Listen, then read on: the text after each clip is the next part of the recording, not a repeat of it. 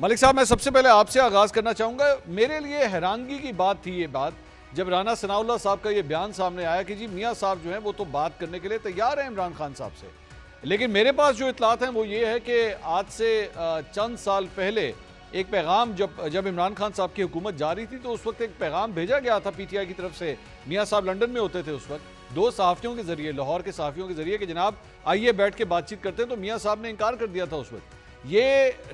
آپ کے لیے حیران کن نہیں ہے؟ یہ تبدیلی نہیں ہے کہ رانا صاحب یہ اس قسم کا بیان دے رہے ہیں؟ شکریہ منصور صاحب. دیکھیں مجھے تو لگتا یہ ہے کہ جو آپ کی بات ہے یہی درست ہے.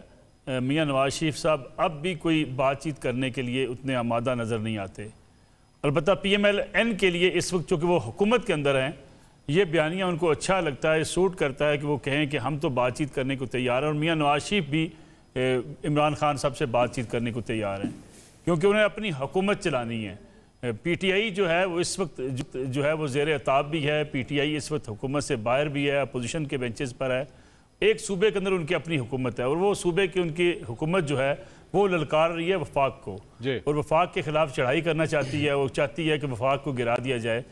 ان حالات میں اور پھر خاص طور پہ اگر پورے ملک کے اندر جو اس سچویشن بنی ہوئی ہے کہ سیاستدان بات چیت نہیں کرتے، سیاستدان اپنے مسائل حل نہیں کرتے، اس لیے جو تیسری قوت ہے اس کو اپنے اختیارات جو ہے وہ اپنے ہاتھ میں لے لیتی ہے.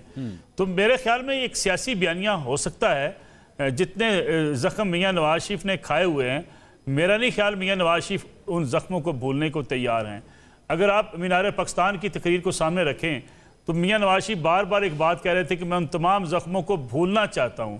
وہ بھولنا کی جو چاہنے کی بات کرتے ہیں وہ ایک پولیٹیکل جلسوں سے خطاب کرتے ہوئے ضرور کرتے ہیں، لیکن ان کو اس بات کا احساس ہے کہ جس طریقے سے ان کے ساتھ جو ہے جو کچھ کیا گیا اس کا عمران خان صاحب بینیفیشری تھے. اور اگر عمران خان صاحب کو دوبارہ کوئی ریلیف کہیں ملتا ہے تو یہ مسلم لیگ نواز کے لیے اور خاص طور پہ جو پنجاب میں ان کی بیٹی کی حکومت ہے اس کے لیے مشکلات پیدا ہو سکتی ہیں. اس لیے سیاسی بیانات کی حد تک یہ معاملات ضرور آپ کو نظر آئیں گے. مجھے نہیں لگتا کہ مسلم لیگ نواز کسی بھی صورت ان حالات میں پی ٹی آئی کے ساتھ یہ بات چیت کرنے کو تیار ہو کہ آئیے ہم آپ کو اکاموڈیٹ کرنے کو تیار ہیں. ہاں، اپوزیشن میں ان کو بٹھانے کو تیار ہیں اور جو ان کے مقدمات چل رہے ہیں، جو خاص طور پہ جو لڑائی ان کی اسٹیبلشمنٹ کے ساتھ ہے، اس میں مسلم لیگ نواز کوئی ریلیف نہ دینے کی پوزیشن میں ہے، نہ دینا چاہتی ہے. حسن ایوب صاحب، لیکن یہ بھی تو حقیقت ہے کہ مسلم لیگ نون جو ہے وہ خود بھی سہاروں کے اوپر کھڑی ہے، چاہے وہ پاکستان پیپلز پارٹی کا سہارا ہو، اسٹیبلشمنٹ کی سپورٹ کا سہارا ہو، مختلف سہاروں کے اوپر یہ حکومت کھڑی ہے. اگر ان سہاروں سے پریشر آنا شروع ہو جائے، جس طرح کل ابھی یہ خبر آئی تھی کہ عارف حبیب صاحب جو مشہور و معروف ایک بزنس مین ہیں، انہوں نے کہا کہ میں نے آرمی چیف سے بھی بات کی اور انہوں نے شہباز شریف صاحب کو بھی کہا کہ آپ جائیے اڈیالہ کے مکین کے ساتھ جو ہے وہ معاملات کو طے کرے. اگر اس قسم کے پریشرز ڈیولپ ہونا شروع ہوتے ہیں تو کیا نون لیگ ان پریشرز کو برداشت کر پائے گی؟ دیکھیں، یہ ڈیپینڈ کرتا ہے کہ یہ پریشر آئیں. ابھی تو جو میری اطلاعات ہیں جو کہ ایس آئی ایف سی کی جو میٹنگ ہوئی تھی اس میں جو آرمی چیف تھے انہوں نے بھی ایک خطاب کیا تھا اور اس میں بڑا دو ٹوک اور واضح انداز میں انہوں نے بیان کر دیا تھا کہ جو اسٹیبلشمنٹ ہے یا پاکستان کی آرمی ہے وہ اپنے کانسٹیٹیوشنل رول کے اندر رہتے ہوئے ہر وہ کام کرے گی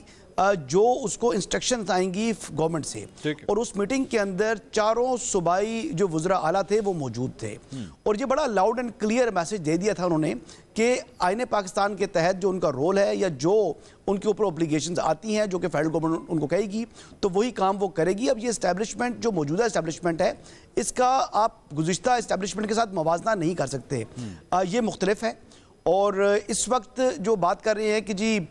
نواز شریف صاحب کیا عمران خان صاحب سے بات کرنا چاہیں گے، میرے خیال سے اس پر حتمی بات تو نہیں کر سکتے، لیکن عمران خان صاحب کے علاوہ جو بھی ان کے پولیٹیشنز ہیں جو کہ اس وقت ان کی پارلیمنٹری پارٹی ہے،